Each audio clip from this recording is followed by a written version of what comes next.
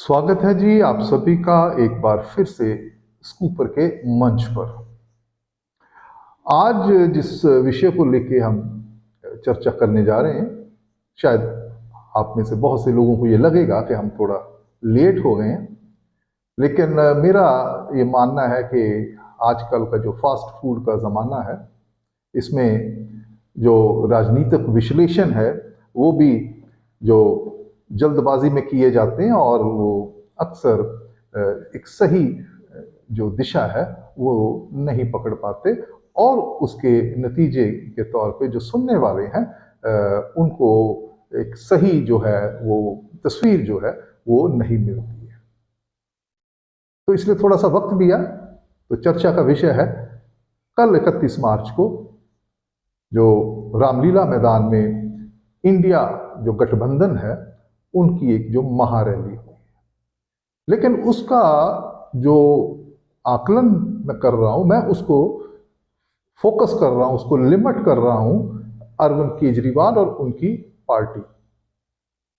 वो इसलिए क्योंकि ये महारैली जो है ये अरविंद केजरीवाल की जो गिरफ्तारी ईडी के द्वारा हुई है उसके विरोध के रूप में इसको ऑर्गेनाइज किया गया था। और ये इसका जो है ऑर्गेनाइज करने वाले और जो मंच का संचालन करने वाले वो भी सब आम आदमी पार्टी का और उन्हीं के जो नेता हैं, वहां के विधायक हैं सौरभ भारद्वाज, उन्होंने मंच का संचालन किया। तो उसमें शिरकत सभी ने की है, तमाम जो सारी की सारी 27 इंडिया गठबंधन की पार्टियां, उनके शीर्ष नेता जो वहां पे वो पहुंचे हैं। तो कायदे से होना तो ये चाहिए था कि उस पे जो ये गठबंधन है उसका जो मुख्य राजनीतिक विरोधी है भारतीय जनता पार्टी और उसके द्वारा उसके नेतृत्व में जो एनडीए का जो गठबंधन है कि उस पे निशाने जो है वो साधे जाते हैं। जितने विपक्ष के नेता थे उन्होंने कमोबेश वैसा ही किया है,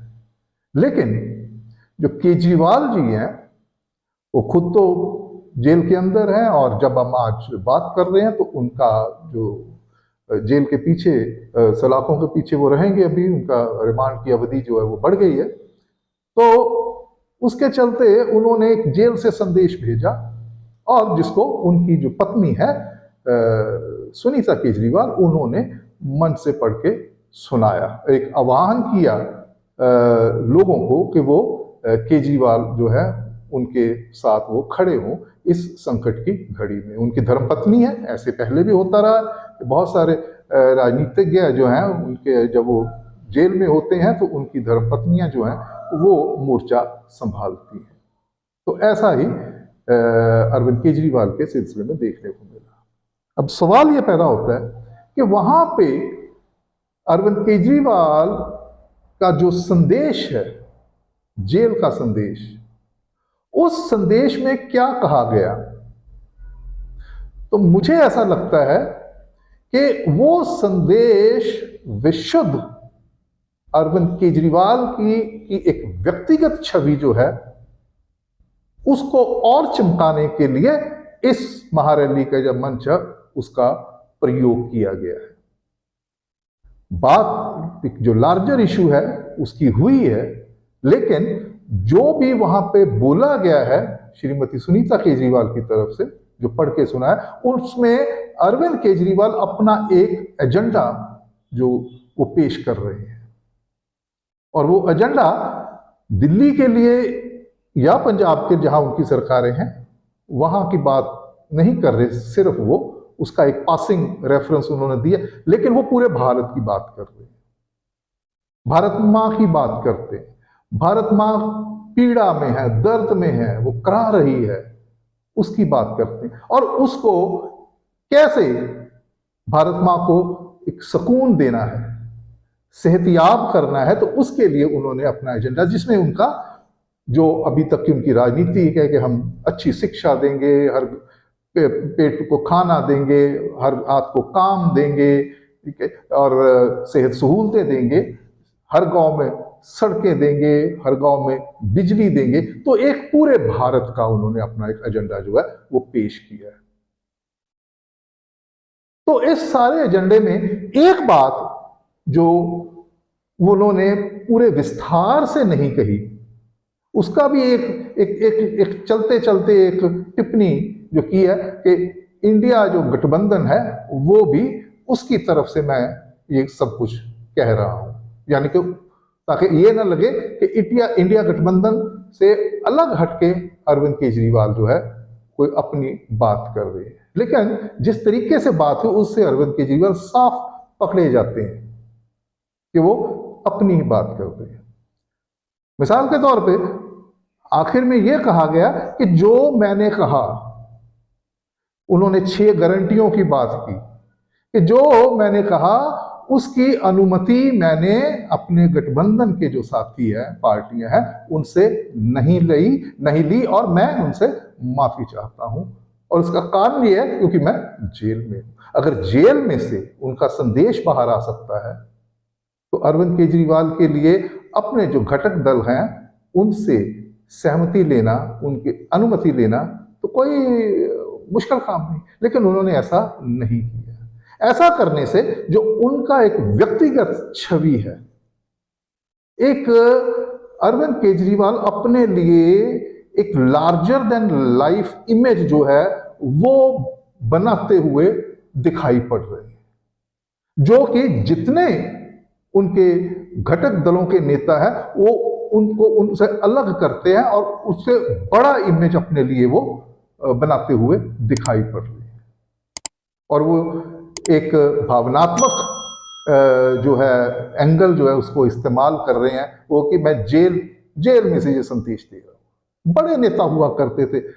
आज़ादी की लड़ाई में महात्मा गांधी जेल में से चिट्ठियां लिखी उन्होंने, उसके बाद पंडित जवाहरलाल नेहरू थे, उन्होंने भी चिट्ठियां लिखी, विशेषकर अपनी जो सुपुत्री है इंदिरा गांधी के लिए लिखी, और भी बड़े नेता जो करते हैं। तो यहां पे अरविंद केजरीवाल अपने आप को एक सामान्य एक पार्टी के नेता नहीं बल्कि पूरे भारत के नेता भी ना, राजनीतिक नेता भी ना कहें, एक स्टेट्समैन वाली एक छवि जो है वो अपने लिए प्रोजेक्ट करते हुए दिखाई देती है। ऐसा नहीं है कि ये बात मैं कर रहा हूं यहां पे, औरों ने भी इस बात को लूट, विशेषकर वो नेता जो उस वक्त मंच पे बैठे थे। और इन सब बातों के चलते हुए मुझे लगता है उनको जरूर अपने आप को उन्होंने असहज पाया होगा। उनको लगा होगा कि ये अरविंद जो केजरीवाल कर रहे हैं ये तो अपनी तूती बजा रहे हैं, अपने लिए एक अपनी खुद की प्रोजेक्शन कर रहे हैं, ग्लोरिफिकेशन कर रहे हैं। और मुझे ऐसा भी लग रहा है कि इस वजह से शायद ये जो महारैली जो कल हुई है, माफ कीजिएगा, ये महारैली जो है दोबारा ऐसी नहीं होने वाली है, या अगर होगी तो उसमें अरविंद केजरीवाल का जो रोल है वो उतना ही होगा जितना कि उचित बनता है एक घटक दल के तौर पे। यहां पे बहुत सी ऐसी बातें करते हुए दिखाई दे रहे हैं कि वो कह रही हैं, सुनीता केजरीवाल कह रही हैं कि अरविंद केजरीवाल जो है वो जैसे आज़ादी के फ्रीडम फाइटर थे और आज वो उसी तरीके से आज वो वही संघर्ष, वही लड़ाई आज, यानी कि अरविंद केजरीवाल को एक मनुष्य से ऊपर एक ऐसी आत्मा जो जिसमें कोई दैवी शक्ति हो, जैसे इस तरीके का उसका इमेज बनाने की कोशिश की। इससे पहले भी, इस रैली से पहले भी ऐसी बातें कही गई हैं, क्योंकि वो कह रहे हैं कि अगर मैं जेल में हूं मैं आपके साथ हूं, बाहर भी आपके साथ है, लोगों को बोल रहे हैं, अपने समर्थकों को बोल रहे हैं मैं आपके साथ हूं। तो एक से ज्यादा जगह पे मनुष्य जो स्थूल शरीर है उसके रहते तो एक ही जगह पे रह सकता है। हाँ, अगर आपके अंदर कोई ऐसी अध्यात्मक शक्ति है तब आप कह सकते हैं कि मैं इस स्थूल शरीर से परे भी सूक्ष्म अवस्था में भी मौजूद हूं, और ये हक तो सिर्फ भगवान को ही प्राप्त है। तो अपने लिए किस किस्म का इमेज वो क्रिएट करना चाह रहे हैं, ये आपको इसका ज्ञान हो चुका होगा। अरविंद केजरीवाल बड़े बड़े चतुर किस्म के जो राजनीतिक नेता है। वो आपको भरोसा जताते हैं कि जो मैं बात कर रहा हूं वो बात बड़ी सही है, और वो बात सिर्फ मैं करने के लिए नहीं कर रहा हूं, उसको मैं लागू करने के बारे में भी मेरे पास, मैंने उसको स्टडी किया, मैं उसको लागू भी कर सकता हूं, ताकि उससे उनकी जो क्रेडिबिलिटी है वो बढ़े कि ये हवा में बात नहीं कर रहे। जैसे इस संदेश में उन्होंने कहा कि ये आप सब सोचेंगे कि ये सब जो कार्य जो गिनाए हैं, जो गारंटियां हैं पूरे भारत में हमने करना है, इसको करने के लिए पैसा कहां से आएगा। तो उन्होंने ये बोला कि मैंने उसके बारे में भी तैयारी कर रखी है। ऐसा ही कुछ अरविंद केजरीवाल पंजाब में 2022 का जो असेंबली चुनाव था, तब ये अलग अलग मंचों पे मीडिया में बातचीत के दौरान कहते हुए सुनाई दिए थे कि पंजाब में आप कह रहे हैं कि हम ये फ्री देंगे, बिजली देंगे, मोहल्ला क्लीनर खोलेंगे, ये करें, जो भी है फ्री, तो उसके लिए पैसा कहां से आएगा। तब उन्होंने कहा था कि हम करप्शन रोकेंगे, माइनिंग की करप्शन रोकेंगे, उसमें इतने हजार करोड़ आ जाएगा, फलां करप्शन रोकेंगे, इतने हजार करोड़ आ जाएगा। लेकिन जब सरकार बनी और आज 2 साल हो गए हैं, वो पैसा कहां से आया है, नहीं आया, किसी को कुछ नहीं पता। लेकिन पंजाब सरकार ने 50,000 करोड़ का कर्जा जो है वो ले लिया है अपनी विभिन्न जो स्कीम्स है उनकी फंडिंग के लिए, अपने खर्चों की को पूरा करने के लिए। तो यहां पे भी वो एक जिसे कहते हैं एक पॉपुलिस्ट बात करते हुए आपको नजर आ रहे हैं। तो इस मंच को उन्होंने अपने आप को एक पूरे भारत के नेता के रूप में पेश जो है करने का जो जो उन्होंने रणनीति अपनाई है, तो क्या कहां तक ये सफल होती है। क्योंकि इस किस्म की जो प्रोजेक्शन, अपने आप को प्रोजेक्ट करना, ये इसमें एक समय की का निवेश होता है, ओवरनाइट नहीं होता है, इसके लिए वक्त लगता है। लेकिन अरविंद केजरीवाल लगता है कहीं ना कहीं किसी वो ऐसी जल्दबाजी में है कि जल्दी ही वो उस स्थान को प्राप्त करना चाहते हैं जिसको प्राप्त करने के लिए नरेंद्र मोदी को भी 5 बार मुख्यमंत्री रहना पड़ा, उसके बाद मिला। जो जितने भी बड़े नेता थे जो हमारे भारत के प्रधानमंत्री बने हैं। तो इस चक्कर में अरविंद केजरीवाल जो है कुछ ऐसी बातें कर जाते हैं जिससे वो दूसरों की नजरों में कुछ ऐसे एक व्यक्तित्व वाले नेता बन जाते हैं कि लोगों को लगता है कि जो ये कह रहे हैं क्या ये विश्वास योग्य है, क्या ये अपनी बात पे टिके रहेंगे, क्या जो ये कहते हैं इनका भाव भी यही है, inside out, he does he mean actually what he says. तो इस किस्म की जो विचार है, सोच है, मुझे ऐसा लग रहा है कि जो दूसरे घटक दलों के नेता हैं उनके जहन में जरूर आया होगा। अब आगे क्या होता है ये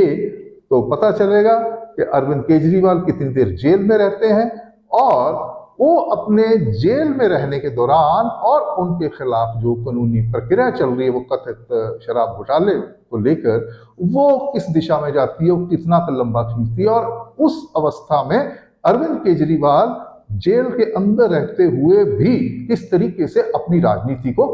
आगे बढ़ाते हैं। लेकिन एक बात बिल्कुल तय है कि उनको ही मुख्यमंत्री रहना है, उनको एक पोजीशन ऑफ पावर